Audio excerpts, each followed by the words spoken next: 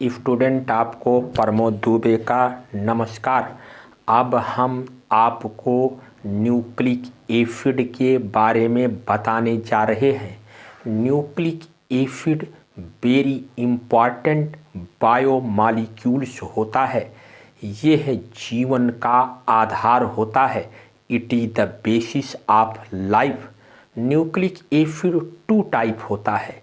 एक डीएनए जिसको deoxyribonucleic acid कहते हैं, दूसरा आरएनए होता है जिसको राइबो न्यूक्लिक एसिड कहते हैं।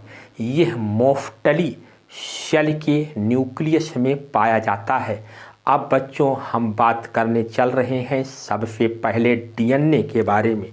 अब देखो बच्चों, डीएनए इसका फुल नेम है D oxy ribo nucleic acid होता है। यह सेल के न्यूक्लियस में पाया जाता है। यह क्रोमोसोम का फॉर्मेशन करता है।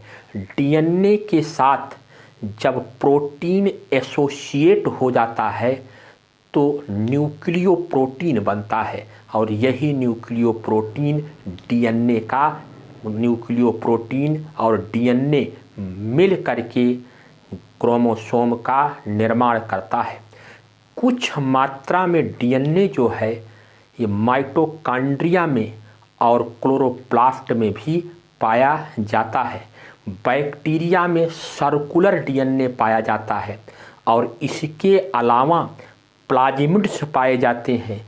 प्लाज्मिड्स भी डीएनए के ही बने हुए होते हैं। अब बच्चों हम आपको डीएनए के कंपोजिशन के बारे में बताने जा रहे हैं। डीएनए एक पॉलीन्यूक्लियोटाइड है। इसकी मोनोमेरिक यूनिट जो होती है वह न्यूक्लियोटाइड होती है। बहुत से न्यूक्लियोटाइड की यूनिट एक दूसरे से फास्फोएस्टर बॉन्ड से जुड़ते हुए चली जाती हैं तो एक लॉन्ग चेन प्राप्त होती है। यही पॉलीन्यूक्लियोटाइड डीएनए की चेन होती है।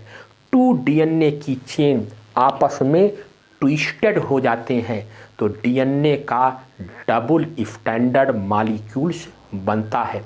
अब बच्चों ये न्यूक्लियोटाइड भी 3 टाइप सब्सटेंस से कंपोज होता है।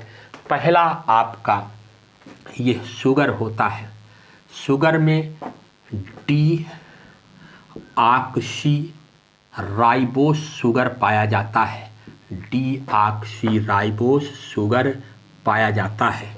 दूसरा आपका होता है नाइट्रोजनस बेस। क्या? नाइट्रोजनस बेस होता है। डीएनए में 4 टाइप नाइट्रोजनस बेस पाए जाते हैं जिनकी 2 सीरीज होती है। एक प्यूरिन सीरीज और दूसरा pyrimidine series.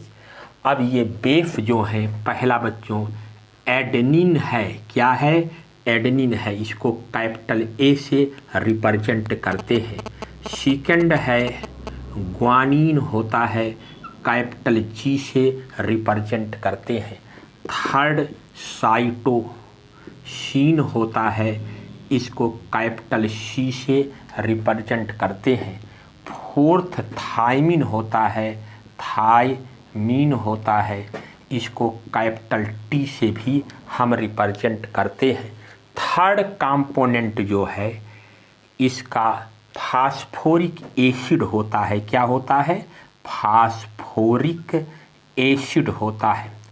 Mostly आर्थोफास्फोरिक acid H3PO4 इसमें पाया जाता है। अब हम आपको न्यूक्लियोटाइड के कंपोजिशन के बारे में हम बताने जा रहे हैं। स्टूडेंट सबसे पहले जो है एक molecule sugar D oxy ribose sugar, 1 molecule D oxy ribose sugar 1 molecule plus 1 molecule nitrogenous base, nitrogenous base, यह दोनों मिल जाते हैं, नाइट्रोजनस बेस और डीऑक्सीराइबोस शुगर दोनों मिल जाते हैं तो क्या बन जाता है, न्यूक्लियोसाइट बन जाता है, न्यूक्लियोसाइट बन जाता है। अब न्यूक्लियोसाइट के मॉलिक्यूल से फास्फोरिक एसिड का वन मॉलिक्यूल यानी H3PO4 का वन मॉलिक्यूल लिंक कर जाता है तो न्यूक्लियोटाइड का मॉलिक्यूल्स बन जाता है। यही न्यूक्लियोटाइड डीएनए का मोनोमेरिक यूनिट होता है। बहुत से न्यूक्लियोटाइड के मॉलिक्यूल्स एक दूसरे से जुड़ते हुए चले जाते हैं, लिंक करते हुए चले जाते हैं। इसके लिए जो बांड बनता है वो फास्फोएस्टर बांड कहलाता है और एक लॉन्ग चेन बन जाती है। इसी लॉन्ग चेन को हम पॉलीन्यूक्लियोटाइड चेन कहते हैं और डीएनए वास्तव में पॉलीन्यूक्लियोटाइड की 2 चेन्स का ट्विस्टेड फॉर्म होता है। 1 चेन 3:5 डायरेक्शन में होती है, सेकंड चेन 5:3 डायरेक्शन में होती है। बच्चों डायरेक्शन क्या है, ये बांड के जुड़ने का क्रम होता है। हम अगले वीडियो में इसको बताएंगे। डीएनए जो है जेनेटिक मटेरियल होता है, ये जीन्स बैंक भी कहा जाता है और ये सूचनाओं को, इन्फॉर्मेशन को जो है वन जनरेशन से अदर जनरेशन में ले जाने का काम करता है। इसके साथ साथ यह बायोलॉजिकल प्रोसेस को, बॉडी की सभी लाइफ प्रोसेस को कंट्रोल करने का भी कार्य करता है। डीएनए पर जीन्स होते हैं और यही जीन्स प्रोटीन सिंथेसिस का भी कार्य करते हैं। धन्यवाद।